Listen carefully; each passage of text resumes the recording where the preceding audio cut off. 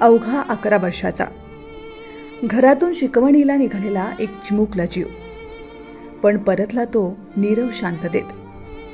एक अंत करणारे चित्र घेऊन कोल्हापुरातील उजळाईवाडी परिसरातल्या धोंडेनगरमध्ये राहणारा अमान जमानुल्ला भालदार. शिकवणीसाठी सायकलवरून निघालेला अमान सरनोबतवाडीच्या दिशेने जात असताना पावसाने रौद्ररूप घेतलं होतं. ढगफुटी सदृश्य मुसळधार पाऊस आणि ओढ्याचा प्रचंड वेग. त्या क्षणी पाण्याचा अंदाज न आल्याने अमान सायकलसह ओढ्यात उतरला आणि काही क्षणातच तो पाण्याच्या प्रवाहात नाहीसा झाला.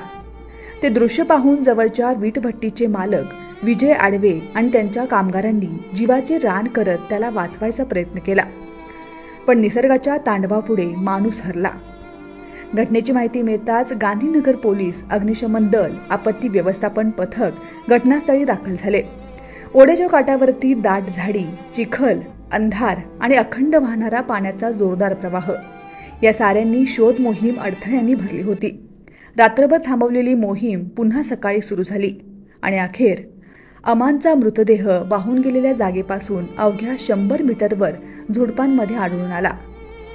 एक चिमुकला जीव घरातून शिकवणीसाठी गेला होता, पण परतला तो शून्यात हरवलेल्या आशांसह. 11 वर्षाच्या या बालकाच्या मृत्यूनं संपूर्ण परिसरात हळहळ व्यक्त होत आहे आणि त्याच्या कुटुंबियांचा आक्रोश काळीज पिळवटून टाकणार आहे.